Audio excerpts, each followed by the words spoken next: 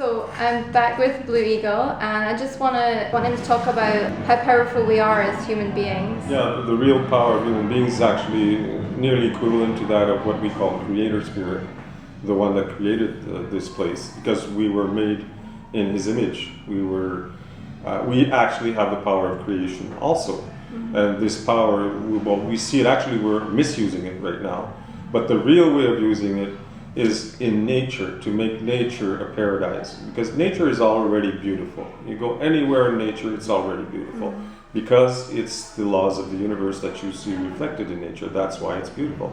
But we have the capability of making it even more beautiful.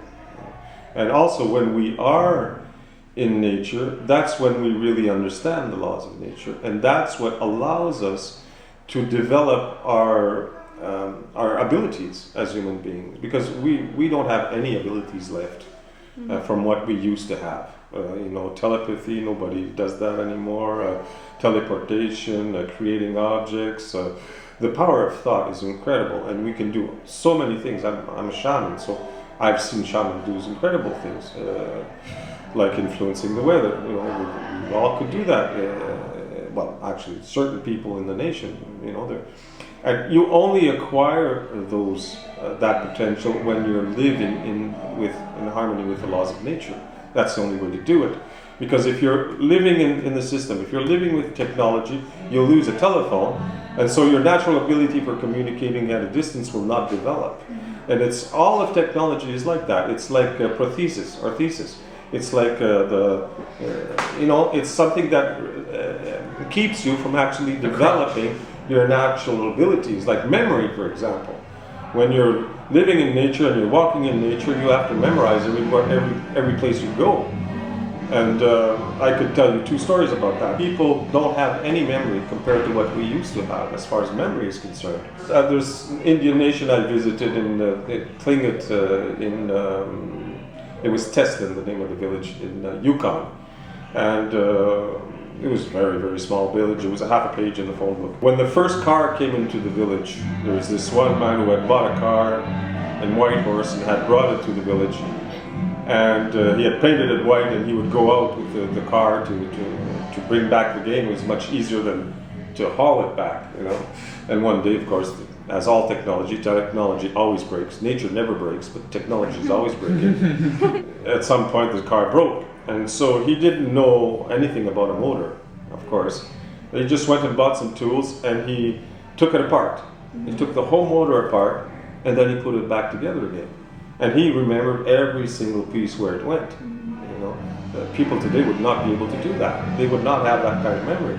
Or this other lady, she's from another native nation, who she visited a person that was going by the river where she lived in a big ship, and the person brought her in and gave her a treat and had music playing.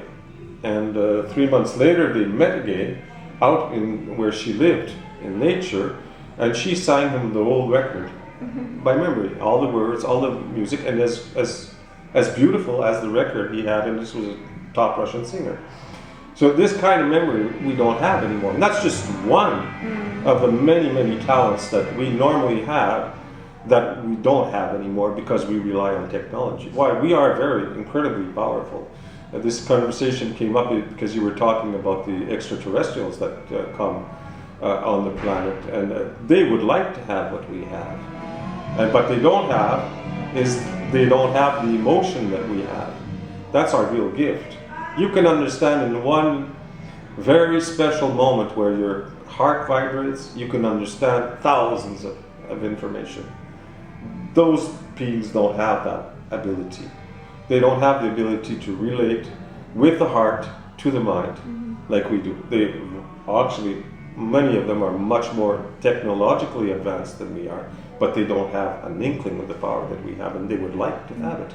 But we're much more powerful than them.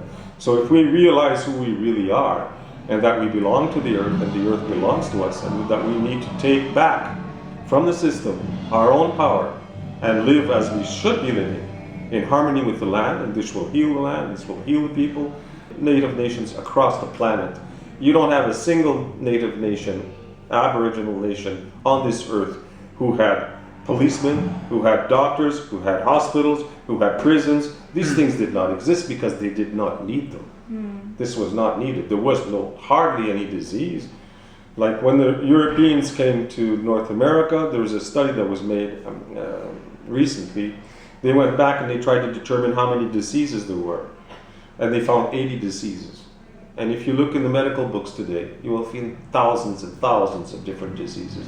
And every year, new diseases are being created because we are not living in harmony with nature. And it will come to a point where people will start dying like flies on the planet because they're living completely in a mode of life with lots of chemicals, and there's disasters all over the place, you know.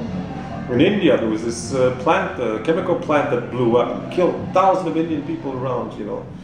And these people living very simply, but this technological place that wasn't useful for anything created intense harm for thousands and thousands of people.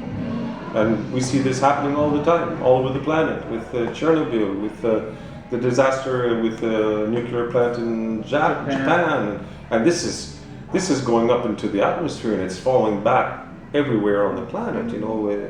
It's not a good way of life. Technology is not necessary. We don't need it. But to come back to that will take generations because we've been conditioned and programmed in this way of thinking for 12,000 years now. So to come back, it will take a lot of time. But the moment you understand that by owning 1 hectare of land and creating gardens on that 1 hectare of land, and you decide that that's what you're going to do for you and your family, the moment you decide to do that, you'll feel joy in your heart. And that's the indication that you're on the right path. Because it's creating community as well. Yes, but you want to have good neighbors. If you want to do that, you want to live with people who are like-minded and who will, you know, everybody will work together. Contribution. Yeah. Yeah. But it's important that the hectare of land belong to the family. It should not belong to the community. It needs to belong to the family, and it's transmissible by inheritance to the children of that family. That's the only way it can pass on to someone else. Well, if somebody's living in a city and they can't do the land thing, is there anything else they can do to kind of Sure, they can grow sprouts in their kitchen. Yeah. They can start by doing what they can where they are because the land in the city is sacred also. So they have to take responsibility for where they are at that moment. Or they can envision that hectare of land, have that dream. It will come one day or another. But they need to start right away. Everybody needs to start right away. And by doing simple things like planting flowers on your windows and growing sprouts in your kitchen and maybe putting a garden on the roof or in the alley, or there's 1,000 things that a person can do. They have to just come back to what's natural to a human being, is planting a garden. Wow. Nice. Good. Thank you. Powerful.